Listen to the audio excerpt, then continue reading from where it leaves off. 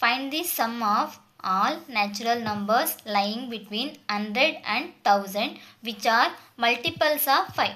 We know that natural numbers lies between 100 and 1000 are 101, 102, 103, so on 999 except 100 and 1000.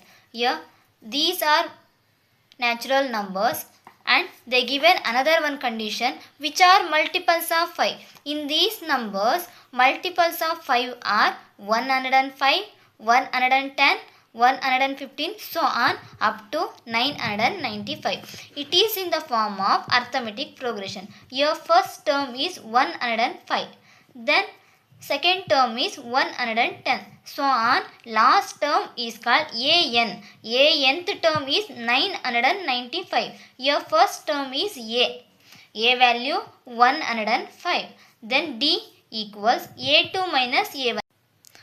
We know that d equals a2 minus a1. D means common difference. Here a2 means second term, a1 is first term. Here a2 is 110 minus, write down as it is. Then a1 is first term 105. Then difference of these two is 5. 110 minus 105 we get 5. D value is 5.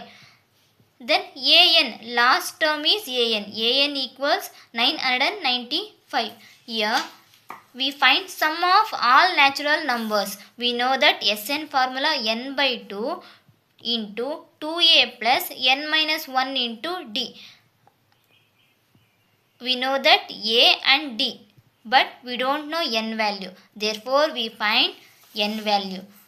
For finding n value, we use an formula. An equals a plus n minus 1 into d. Here anth term is 995. Substitute here. Then a value 105 plus, we don't know n value, write down as it is, n minus 1, d value 5. Then here take transpose 105. 995 minus 105 equals 5 into n, 5n minus 5.